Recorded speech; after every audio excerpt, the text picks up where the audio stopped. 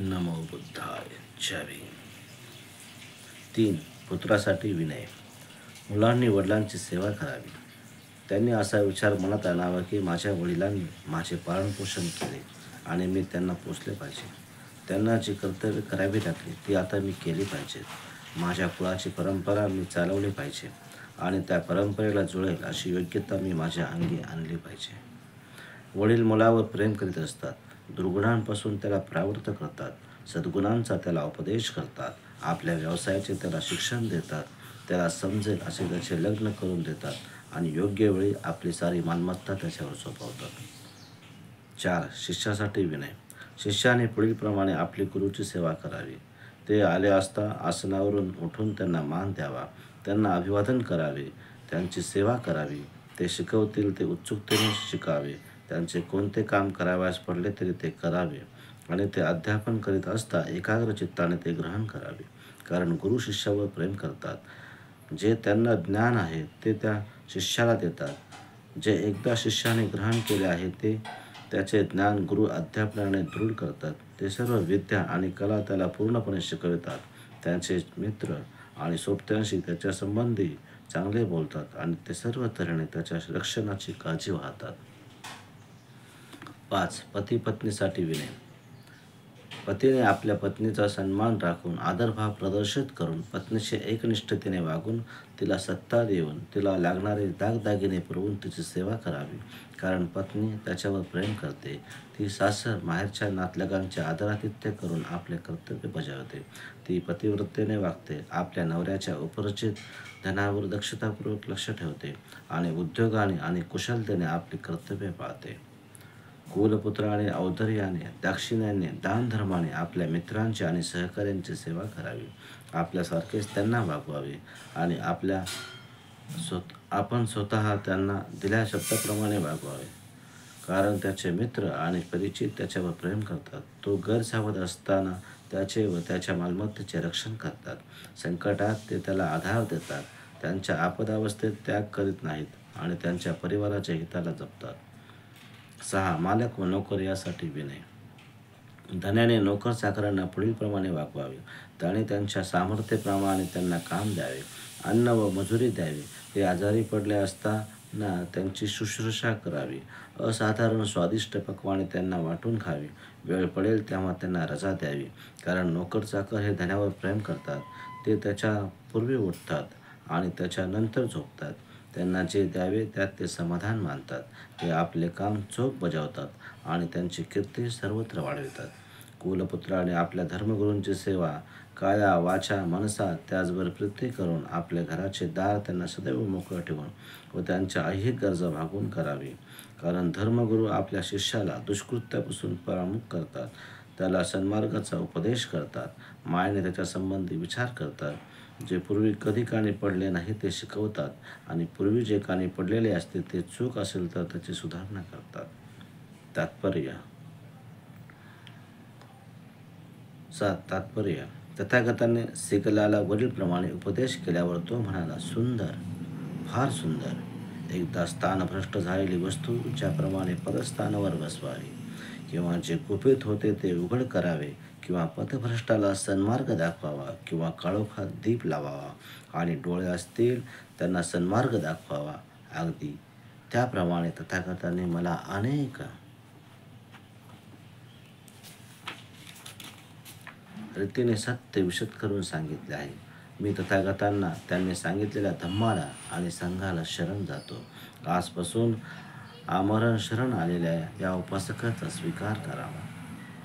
8. कुमारिकेसाठी किंवा मुलींसाठी विनय.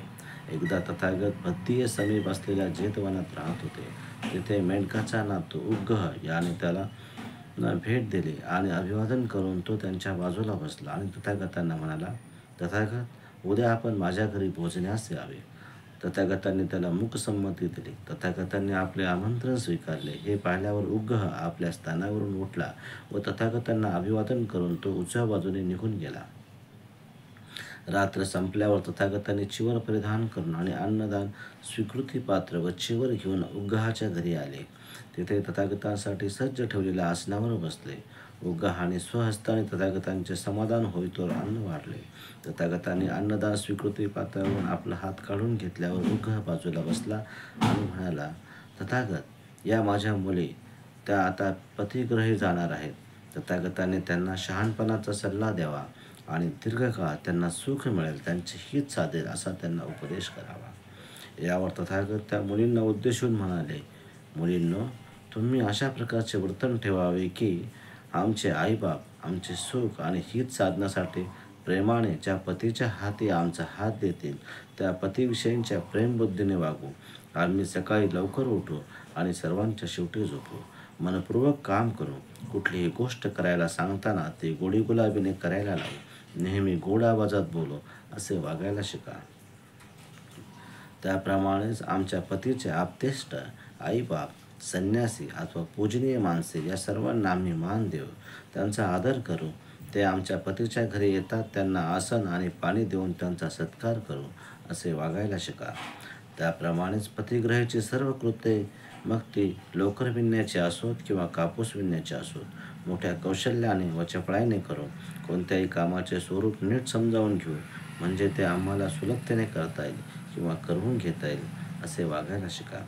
त्याप्रमाणेच दूत, कामगार हे आपली कामे कशी बजावतात, प्रत्येकजण काय सांगतो आणि काय करीत नाही, ह्या गोष्टी आम्ही ओळखायला शिकू. कोण किती सशक्त आहे, दुबळा आहे, या आम्ही जाणून घेऊ आणि ज्याला जसे लागते तसे अन्न देऊ. असे वागायला शिका. त्याप्रमाणेच आपले पती जे धनधान्य, रुपे, सोने कमाई करून घरी आणतील ते आम्ही सुरक्षित ठेवू. त्याचबरोबर पहारा आणि देखरेख ठेवू आणि जेणेकरून चोर, दरोडेखोर, लुंगे, लफंगे यांच्या नजरेपासून ते सुरक्षित राहील. असे सर्व काही करू. असे वागायला शिका. हा उपदेश ऐकताच उग्गहाच्या मुली अत्यंत प्रसन्न झाल्या आणि त्यांनी कृतज्ञतेने तथागतांना धन्यवाद दिले.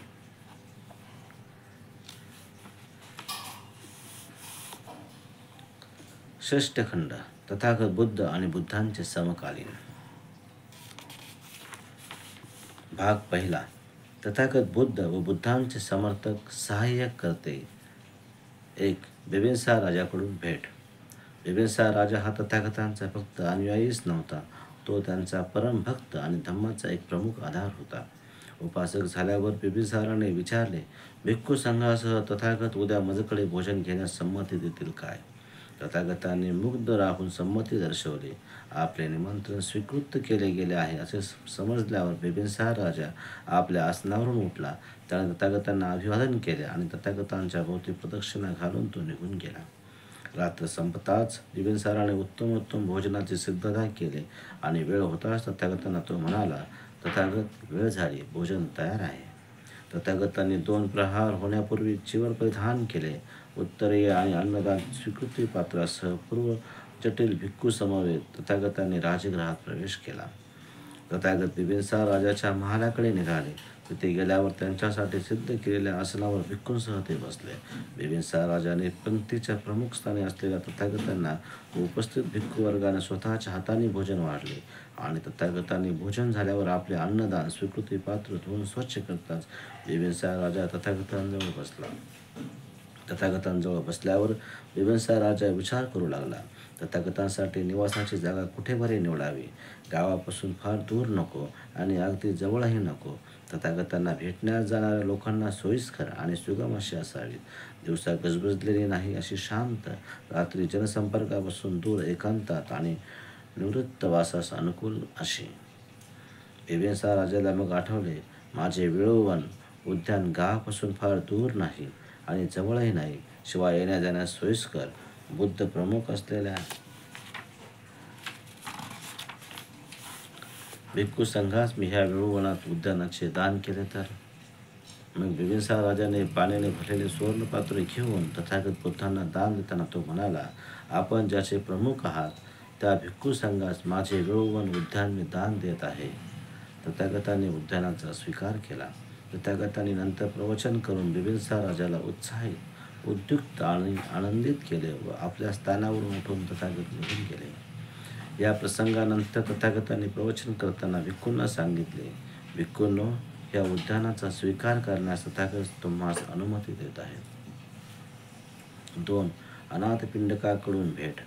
अनाथपिंडक दीक्षा घेतल्यानंतर एकदा तथागतांकडे गेले. उजव्या बाजूस आसनस्थ झाल्यावर ते म्हणाले, तथागत, आपणास माहीत आहे की धनधान्य समृद्ध आणि शांतीपूर्ण अशा श्रावस्तीत मी वास्तव्य करीत आहे. तिथे प्रसन्नजित राजा अधिकारावर आहे. तिथे एक विहार बांधावा अशी माझी मनीषा आहे. आपण कृपा करून श्रावस्तीत यावे आणि विहाराच्या दानाचा स्वीकार करावा. तथागतांनी मुग्ध राहून दानग्रहणास संमती दर्शवली. निराधारांचा मित्र आणि अनाथांचा आश्रयदाता असे ते अनाथपिंडिक घरी परतताना राजकुमार चेताचे हरित वृक्ष वाटिकेंनी आणि निर्मल जलप्रवाहाने परिपूर्ण असलेले उद्यान त्यांच्या दृष्टीस पडले. तेव्हा त्यांनी विचार केला, हे रमणीय स्थान तथागतांच्या भिक्खू संघासाठी योजलेल्या विहारासाठी अनुरूप आहे. आणि मग ते राजकुमारकडे गेले आणि ते उद्यान विकत घेण्याची अनुज्ञा मागितली. राजकुमार ते उद्यान विकण्यास तयार नव्हता, कारण त्याचे त्याला फार मोल वाटे. प्रथमतः त्याने नकार दर्शवला, पण अखेरीस तो म्हणाला, या सर्व भूमीवर जर तुम्ही सुवर्णमुद्रा पसराल तरच फक्त तुम्हाला ते मिळेल. अनाथपिंडिक आनंदित झाला आणि सुवर्णमुद्रा पसरण्यास त्याने सुरुवात केली. पण जेत म्हणाला, तुम्ही तसदी घेऊ नका, मला जमीन विकायची नाही. पण अनाथपिंडिकाने आग्रह धरला. त्यांच्यात वादाविवादी सुरू होऊन प्रकरण न्यायाधीशाकडे गेले. मध्यंतरी लोकात या असामान्य न्याय प्रकरणाची चर्चा सुरू झाली आणि राजकुमाराच्या कानी पडणाऱ्या गोष्टीत अनाथपिंडिकाच्या श्रीमंतीची तसेच प्रामाणिकपणाची आणि निष्ठेची हकीकतही आली. म्हणून त्याने त्यांच्या योजनेची चौकशी केली. तथागतांचे नाव ऐकताच विहाराच्या संस्थापनेत भाग घेण्यास तो उत्सुक झाला आणि फक्त अर्ध्या सुवर्णमुद्रा स्वीकारून तो म्हणाला, जमीन तुझी आहे, पण वृक्ष माझे आहे. तथागतांच्या दानात माझा हिस्सा म्हणून ते वृक्ष मी अर्पण करीत आहे. विहाराचा पाया तयार झाल्यावर तथागतांच्या आदेशानुसार प्रमाणबद्ध असा भव्य विहार बांधण्यास त्यांनी प्रारंभ केला. अनुरूप अशा शिल्पकामाने त्याला शोभिवंत करण्यात आले. त्या विहाराला जेतवन असे नाव दिले गेले आणि अनाथपिंडिकाने तथागतांना श्रावस्तीस त्याचे दान स्वीकारण्यास पाचारण केले. तथागत कपिलवस्तूहून श्रावस्तीस त्यासाठी आले. जेव्हा तथागताने जेतवनात प्रवेश केला तेव्हा अनाथपिंडिकाने पुष्पवर्षाव केला आणि सुगंधित धूप जाळला. सोन्याच्या झारीतून तथागतांच्या हातावर उदक सोडताना ते म्हणाले, अखिल जगातील भिक्खू संघाच्या उपयोगासाठी हा जेतवन विहार मी आपणास दान देत आहे. तथागतांनी दानाचा स्वीकार करताना उत्तर दिले, सर्व अमंगलावर विजय प्राप्त हो. या दानाने दात्याचे आणि अखिल मानवजातीचे कल्याण हो आणि सर्वत्र न्यायाचे वास्तव्य वर्धित हो. अनाथपिंडक हे तथागतांचे 80 प्रमुख शिष्यांपैकी एक होते. त्यांना प्रमुख धर्मदाता अशी पदवी होती. 3. जीविकांकडून भेट. जेव्हा तथागत राजगृहात असत तेव्हा भिष्यगवर वैद्य जीवक दिवसातून 2 वेळा तथागताकडे जात असे. बिंबिसार राजाने दान केले विळवण फार दूर असल्याचे त्याला जाणवे. राजगृहात जीवकाच्या निवासजनक त्याच्या मालकीचे आम्रवन नावाचे उद्यान होते. तिथे एक सर्वांग परिपूर्ण विहार बांधावा आणि आम्रवनासहित तथागतांना त्याचे दान करावे असे त्याला वाटले. या कल्पनेने प्रेरित होऊन तो तथागतापाशी गेला आणि आपली इच्छा परिपूर्ण करण्याची त्याने अनुज्ञा मागितली. तथागताने मुग्ध राहून संमती दर्शवली.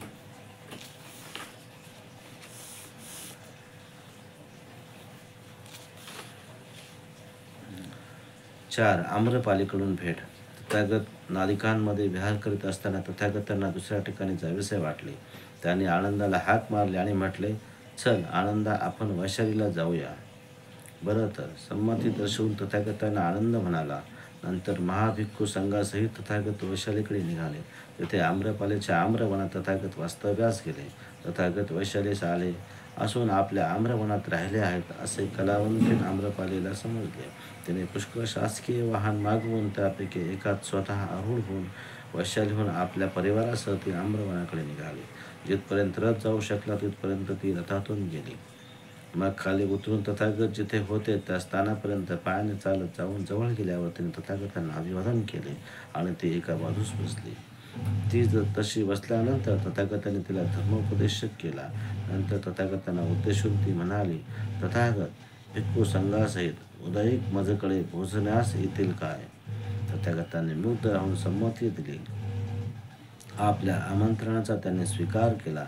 हे पाहताच आम्रपाली आपल्या आसनावरून उठली आणि तिने तथागतांना अभिवादन केले. नंतर प्रदक्षिणा घालून ती तिथून निघाली. वैशालीच्या लिच्छवीला समजले की तथागत वैशालीकडे आले असून आम्रपालीच्या आम्रवनात त्यांचे वास्तव्य आहे. त्यांना सुद्धा आपल्या घरी भोजनासाठी तथागतांना आमंत्रित करावयाचे होते. म्हणून त्यांनी ही बरीचशी शासकीय वाहने सिद्ध करून प्रत्येकात एक जण आरूढ होऊन ते परिवारासह वैशालीला गेले. आम्रपालीचे आणि त्यांची परस्पर विरुद्ध दिशेने जाताना गाठ पडली. त्या तरुण लिच्छवीच्या रथांना आम्रपालीचे रथ चाकाला चाक, आसाला आस आणि जूला जू असे जोराने घासून गेले. तेव्हा ते तिला म्हणाले, आम्रपाली, आमच्या रथांना अशी टक्कर देत तू का बरं निघाली आहेस? महाराज, आताच मी तथागतांना भिक्खू संघासहित उद्या भोजनास येण्याचे आमंत्रण दिले आहे. आम्रपाली म्हणाली, हे सौभाग्य आम्हास प्रदान कर. आम्ही तुला 1,00,000 सुवर्णमुद्रा देऊ करतो. महाराज, वैशाली आणि इतर नियंत्रणाखालील प्रदेश जरी आपण मला देऊ केला तरी हा विक्रिया मी करणार नाही. लिच्छवी हातवारे करीत बोलले, या आम्रपालीने आम्हास हरविले आणि ते आम्रपालीच्या आम्रवनात दिशेने निघून गेले. आपल्यावर कुरघोडी झाली हे जाणूनही तथागतांना भेटून फेरविचाराने त्यांच्याकडून आपल्या आमंत्रणाला अग्रक्रम मिळावा या आशेने ते आम्रपालीच्या आम्रवनात गेले. लिच्छवी दुरून येताना दिसताच तथागत भिक्खूंना म्हणाले, आपल्यापैकी कोणी कधी देव पाहिले नसतील त्यांनी ह्या लिच्छवींकडे पाहावे, या लिच्छवींच्या समुदायाकडे पाहावे आणि तुलनेने त्यांचे निरीक्षण करावे. हे परलोकातील जणू देवच आहेत. रथ जाऊ शकतील तिथपर्यंत गेल्यावर लिच्छवी रथातून उतरले आणि तथागत आसनस्थ होते त्या स्थानी जाऊन नम्रतेने त्यांच्या शेजारी ते बसले. नंतर तथागतांना उद्देशून ते बोलले, तथागतांनी भिक्खू संघासह उदयिक आमचे भोजनाचे निमंत्रण स्वीकारून आमच्यावर कृपा करावी. हे लिच्छवी जन हो, उद्याचे भोजनाचे आमंत्रण स्वीकारल्याचा तथागतांनी आम्रपालीला आधीच शब्द दिला आहे. ते म्हणाले, आम्रपालीने आपल्याला हरवल्याची लिच्छवींची आता खात्री पटली. तथागतांचे आभार मानून आणि त्यांच्या वचनाला मान्यता दर्शवून ते आपल्या आसनावरून उठले आणि तथागतांना अभिवादन करून प्रदक्षिणा घालून ते निघून गेले. रात्र सरताच आम्रपालीने आपल्या प्रसादात साखर भातादी मिष्टाने तयार करून ती तथागतांना म्हणाली, महाराज, वेळ झाली, भोजन तयार आहे. पहाटे वस्त्र परिधान केलेल्या तथागतांनी आपले उत्तरीय व अन्नदान स्वीकृतीपात्र घेतले आणि भिक्खू संघासह आम्रपालीच्या प्रसादात पोहोचले. आम्रपालीने तथागतांना व भिक्खूंना साखर भात व मिष्टाने वाढले आणि पोट भरे तो तथागतांना जातीने आग्रह केला. भोजन संपल्यावर तथागतांनी आपले अन्नदान स्वीकृती पात्र स्वच्छ केले आणि हात धुतले. आम्रपाली नंतर त्यांच्या शेजारी चौरंग ठेवून त्यावर बसल्यावर तथागतांना उद्देशून म्हणाले, तथागत, आपणास व आपल्या संघात माझे उद्यान मी अर्पण करीत आहे. तथागतांनी त्या दानाचा स्वीकार केला आणि धर्मोपदेश केल्यानंतर तथागत तिथून निघाले. नमो बुद्धाय. जय भीम.